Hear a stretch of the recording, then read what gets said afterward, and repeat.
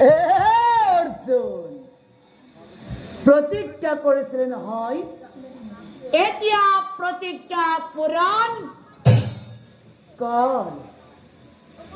এতিয়া তই তোৰ প্ৰতিজ্ঞা পূৰণ কৰ। তইওতো জান ক্ষত্ৰিয়ৰ নিয়ম, প্ৰাণ যায় বচন নাযায় ক্ষত্ৰিয়ৰ পণ। এই মুহূৰ্ততে তই তোৰ প্ৰতিজ্ঞা কৰ পূৰণ। ওলাই আহিছো মই অৰ্জুন, তোৰ ওচৰলৈ নিজে ওলাই আহিছো। আৰে আছা, তোৰ আগত বুকু পাতি দিছো অৰ্জুন। মাৰ অৰ্জুন, মাৰ অৰ্জুন, মাৰ।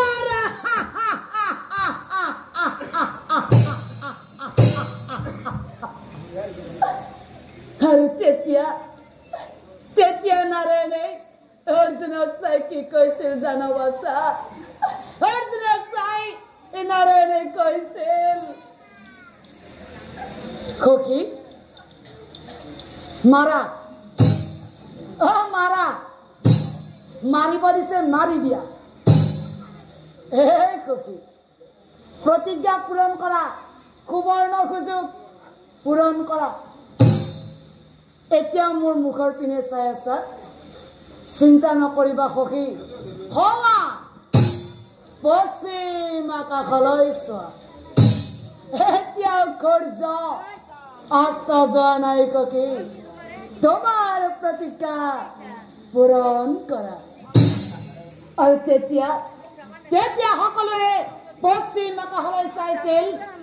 পশ্চিম আকাশৰ ৰঙা বেলিতে দেও দেওকৈ জ্বলিছিল আৰু অৰ্জুনক কৈছিল, হে অৰ্জুন মই অস্ত যাম, প্ৰতিজ্ঞা পূৰণ কৰ।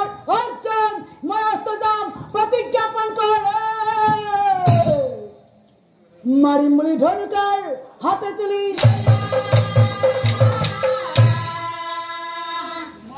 জয়দ্ৰত, এতিয়া কলৈ যাবি? মই মোৰ প্ৰতিজ্ঞা পূৰণ কৰিবলৈ সাজু, আৰু তয়ো মৰিবলৈ সাজু হ। তই বুকু পাতি দিছিলি নহয়, এতিয়া তোৰ বুকু নহয়, এতিয়াই তোৰ শিৰচ্ছেদ কৰি পৃথিৱীত পেলাই মই মোৰ প্ৰতিজ্ঞা পূৰণ কৰিম। আৰু তই হবি মোৰ হাতত নিধন। লগে লগে মুণ্ড পাতে, লগে লগে মুণ্ড পাতে। কিন্তু এটা মুণ্ড আকাশ মাৰ্গত ঘূৰিয়া থাকিব। সখী তাক দেখি অৰ্জুনে, সখী এয়া কেনেকৈ সম্ভৱ?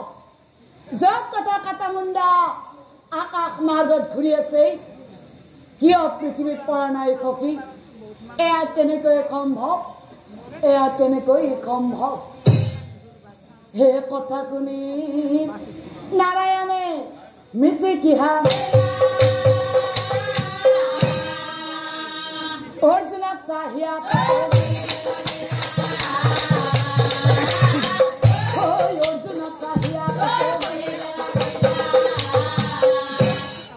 সাৱধান, সাৱধান অৰ্জুন। য'ত কাটা মুণ্ড যেতিয়াই পৃথিৱীত পৰিব, লগে লগে তোমাৰো মৃত্যু হৈ যাব।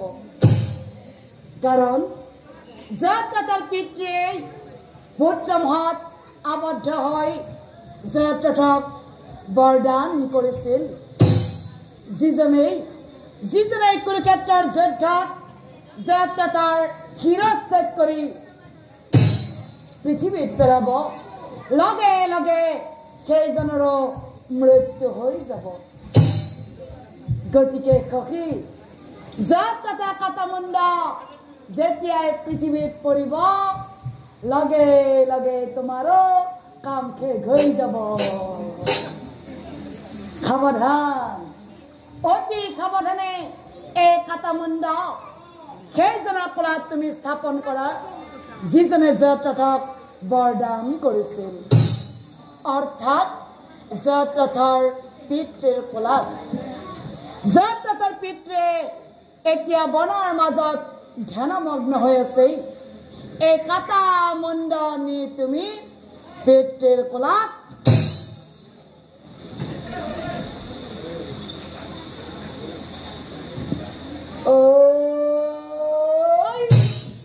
হে কাটামুণ্ডা পিতৃৰ কোলাত স্থাপন কৰ এই লগে লগে পিতৃ